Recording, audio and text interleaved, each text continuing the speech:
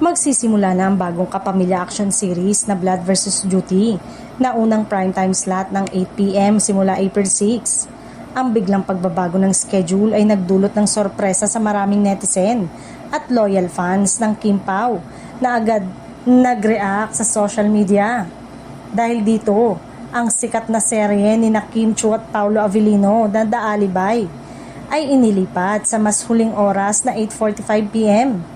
Bagamat ilang fans ang nagulat, marami pa rin ang nananatiling supportive at excited sa bawat episode.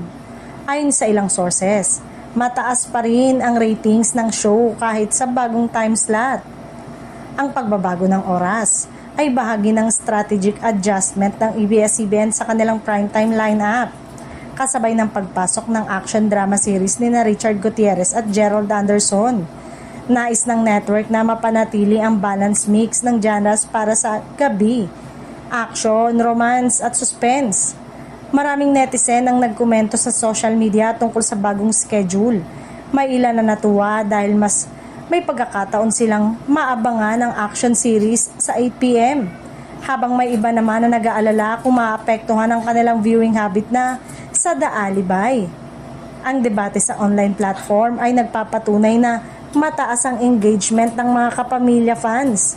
Sa kabila ng mga adjustment, umaasa ang network at mga fans na mananatiling malakas ang ratings ng The Alibay. Ayon sa ilang report, patuloy na sinusubaybayan ng mga supporters ang bawat episode at aktibong nagpo-promote sa social media kaya hindi bababa ang excitement sa bagong time slot.